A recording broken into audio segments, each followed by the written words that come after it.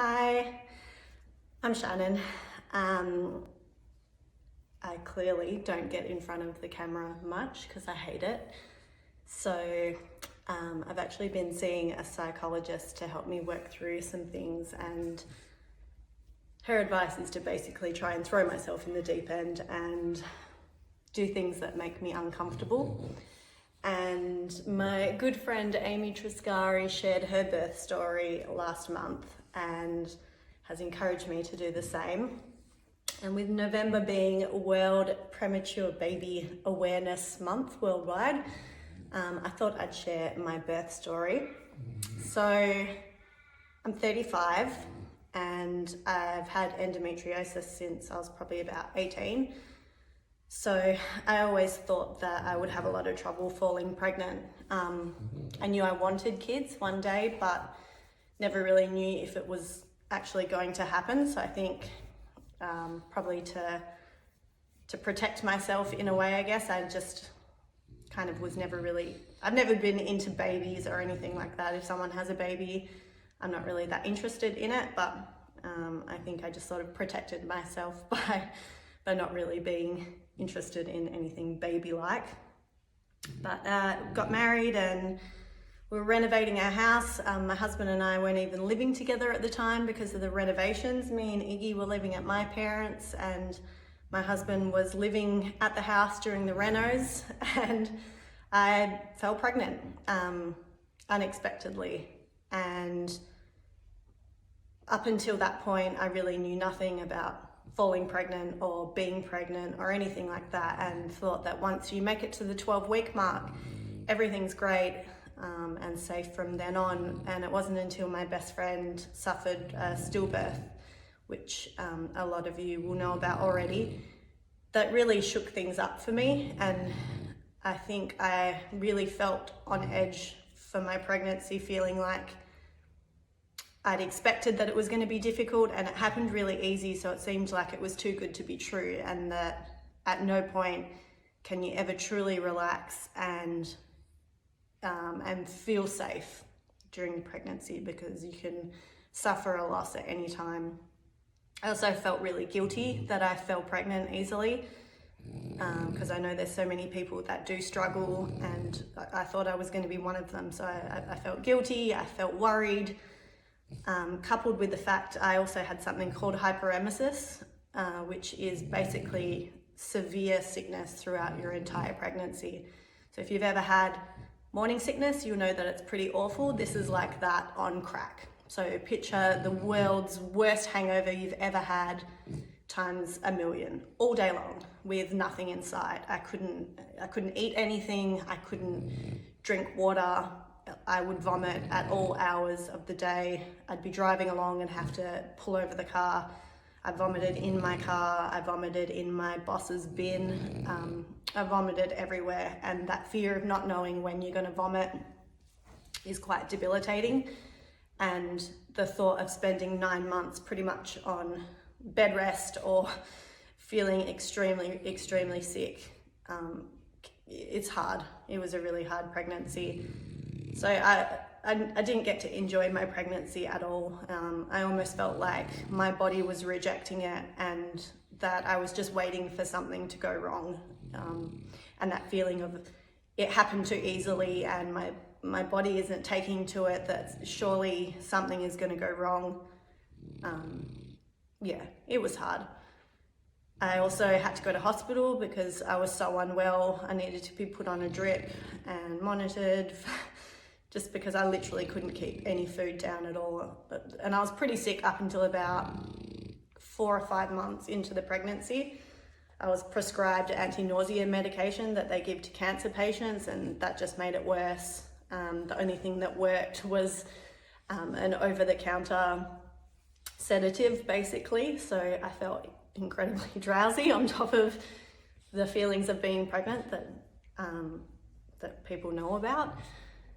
So yeah, that wasn't fun. I was also working a full-time job as well as running the Prospect Project, and at 6 months pregnant, I got my very first order for Maya, which I was so ecstatic about and excited and couldn't believe it. But doing that all whilst being 6 months, heavily pregnant, and being so incredibly sick was definitely challenging whilst working full time and dealing with my existing orders. So by the time I finally got to go on maternity leave from my corporate job, I think it was 2 days later, just went for a regular checkup at my obstetrician, and I'd been feeling really sick. My vision was blurry, and I just thought that was the hyperemesis coming back, rearing its ugly head, which it can do. So I went in for this appointment, and basically they said, I need you to pack your hospital bags and meet us at the hospital in half an hour because you're going to be holding your baby in 24 hours. And this was at 34 weeks. So I still had 6 weeks of pregnancy left. So it was a massive shock. There's nothing more sobering than hearing that your baby's coming 6 weeks before you're ready. We didn't have a car seat. The room wasn't set up. I didn't even have a hospital bag. I didn't even know what was supposed to go in a hospital bag. So it was shock. I was numb. I was scared. I thought, this is it. You know, I'd felt this all along, that something was going to go wrong, and you know, this was it. And I just couldn't believe this was happening. So we went home, packed a bag, went back to hospital, and was monitored, and basically had the balloon induction put in that night. Spent overnight in hospital. And the next day the other thing is my obstetrician was going on holidays. So I had to have the on-call obstetrician, he was just delightful. He was so lovely, but it was just like one of those things that anything that could go wrong did go wrong. So he broke my waters, and my plan was to have a natural birth. I wasn't opposed to having an epidural, but I wanted to try and do it natural. But I knew I didn't want a C-section because I'd had a friend that had a C-section and told me that for some reason the anesthetic didn't work on her, and she had felt everything, and that just always stuck with me, and I was horrified. So I knew I didn't want a C-section. So yeah, had my waters broken, and they said that, I forget even why, that I needed to have the epidural, and that was fine. That's, you know, part of it. You've really just got to be prepared for anything. At the end of the day, I just wanted my baby out safely, and I was more worried about her than how she was going to get there. Spent the day in labour, and basically the induction didn't work, and I didn't dilate enough. So it was a pretty stressful day. And at about 6 o'clock at night, they said, we're going to have to do an emergency C-section. She needs to come out ASAP. So that was scary. I've never been to hospital. I've never had surgery. It was all pretty foreign, and really just not knowing what the outcome was going to be. As someone with depression, I knew that all that mattered was just holding my baby after she was born. So that's what I was trying to focus on. So I was wheeled into surgery, and that was fine. I was pumped full of drugs, which was great. I didn't feel anything at the time, which was also great. But just as they were about to pull her out, I got this wave of being sick again, and basically just vomited all over myself as they were about to take her out, and just started reacting really badly to the anesthetic, and basically my whole body was seizing up, and I was shaking really badly. So they pulled her out and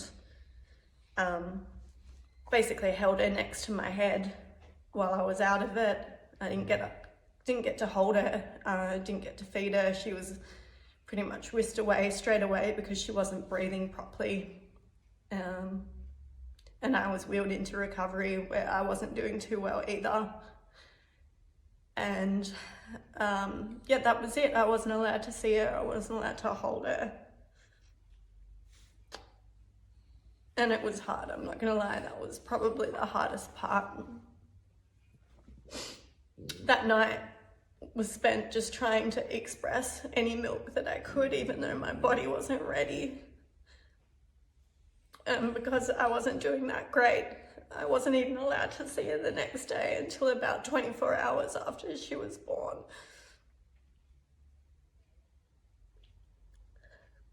I felt really ashamed that my body had failed her, that I couldn't keep her safe inside of me.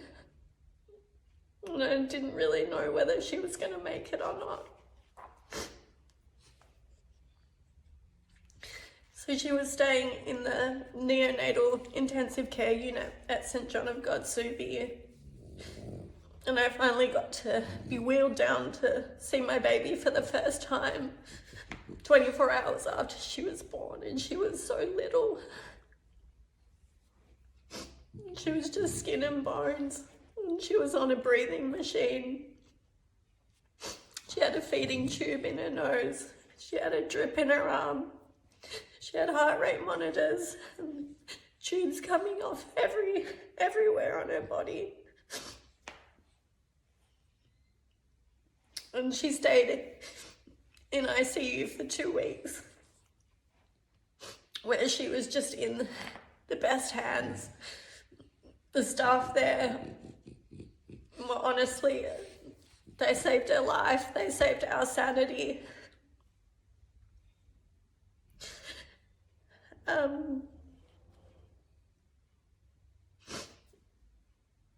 It's really hard seeing your child so innocent and defenseless and not being strong enough to breastfeed or even breathe on her own. Sometimes not even being able to hold her because her little body wouldn't be able to handle it. And I know that things don't always go the way you want them to, but the things that you think about in your life, what they'll be like introducing your parents and your family to your first child. And for me, that meant being wheeled down in a wheelchair into the lobby without my baby to see my family, where I just cried and felt like a failure.